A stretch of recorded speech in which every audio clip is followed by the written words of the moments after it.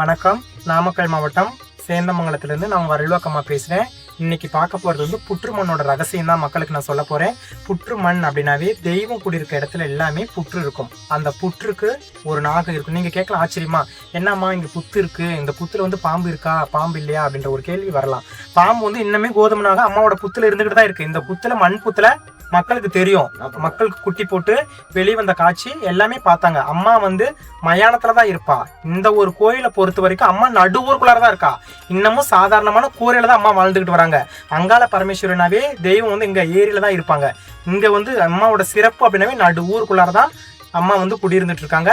புத்துல இருந்து இன்னமும் கோதுமனாக வாழ்ந்துகிட்டு ஐதீகம். குட்டி போடுவாங்க. அம்மா அபிஷேகம் பண்ற பொந்துல போடுவாங்க. அம்மா வந்து பின்னாடி அபிஷேகம் பண்ற பொந்துக்கு பக்கத்துல குட்டி போட்டு வெளியே வருவாங்க. இந்த கோயில்ல இந்த இடத்துல சொல்ல முடியாது. நீர் தடத்துக்கடியில் வருவாங்க.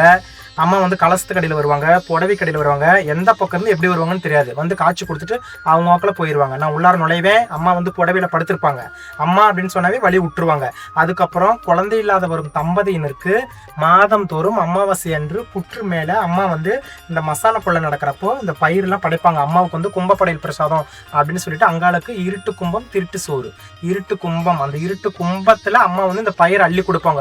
பச்சை பயிறு, சுண்டல், நவதானியங்கள், பல வகையான நவதானியங்கள் வந்து அம்மாளுக்கு வந்து கும்பம் கொட்டுவோம். அம்மாளுக்கு கும்பம் கொட்டினதுக்கு அப்புறம் அதை வந்து களைச்சி அந்த பிரசாதத்தை குழந்தை இல்லாதவனுக்கு புத்து மேல வச்சு 3 கை மண்டியிட சொல்லுவாங்க. புத்து மேல மண்டிட்டு பாருங்க, அந்த போட்டோல இருக்கும். புத்து மேல மண்டிட்டு 3 பணம் உருட்டுவாங்க, விலையில் கொடுப்பாங்க. அம்மா வந்து எல்லா பிரச்சனையுமே அதை நிவர்த்தி செஞ்சு கொடுப்பாங்க. அதுக்கப்புறம் கருமுட்டை வந்து மந்திரிச்சு கொடுப்பாங்க. குழந்தை இல்லாத தம்பதியினருக்கு வந்து கருமுட்டை வச்சு குழந்தை இல்லாதவங்களுக்கு முட்டி போட்டு அம்மா வேண்டி அவங்களுக்கு கொடுப்பாங்க. இன்னைக்கு வந்து மஞ்சள் கயிறு எடுத்து கொடுப்பாங்க. புற்றுமண் வந்து வாசல்ல கட்டலாம், தொழில் செய்கிற இடத்துல கட்டலாம்.